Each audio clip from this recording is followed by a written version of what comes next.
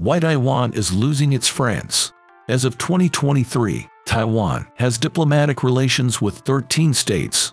Its diplomatic network is pretty big though. Taiwan maintains 110 offices around the world, but just 4 years ago, it was recognized by 17 states.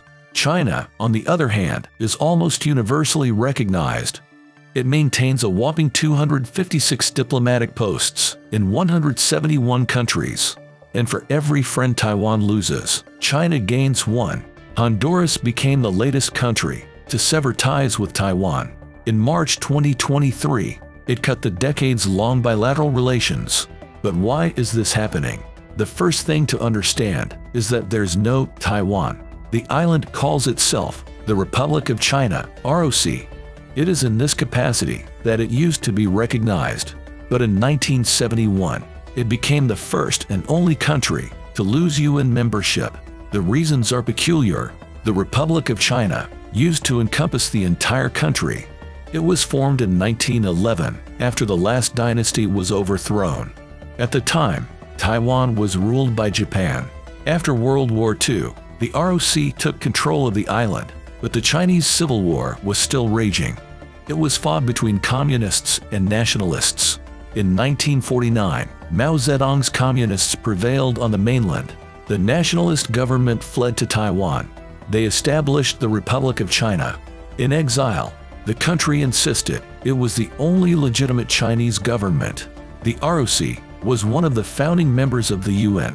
It had a permanent seat at the Security Council. But as the years went by, a dilemma emerged. ROC considered the People's Republic of China illegitimate. For Taiwan, mainland China is just an occupied part of Taiwan. The rest of the world had to play by these rules. But by 1971, it had become an obvious charade. Denying the existence of the PRC was absurd. So the UN voted to recognize it as a separate country. Taiwan was outraged. It withdrew from the UN in protest, losing its seat to China. Both countries subscribed to the One China policy. No state may recognize both China and Taiwan. If it recognizes one, it automatically denies the other's existence. For obvious reasons, most countries choose to side with China. This doesn't make them allies. Neither the US nor any EU member recognize Taiwan. The only European country that does is Vatican City. In Africa, Taiwan is recognized by the tiny kingdom of Eswatini. In South America, there's only Paraguay.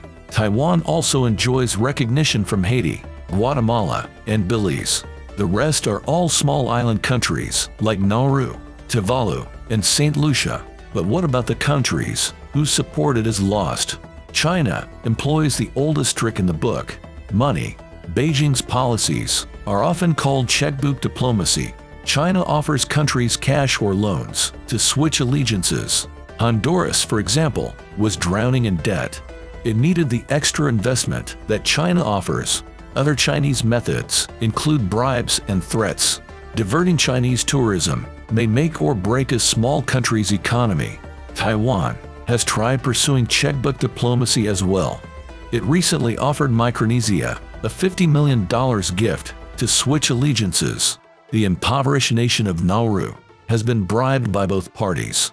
It recognized Taiwan in 1980, then withdrew recognition in 2002.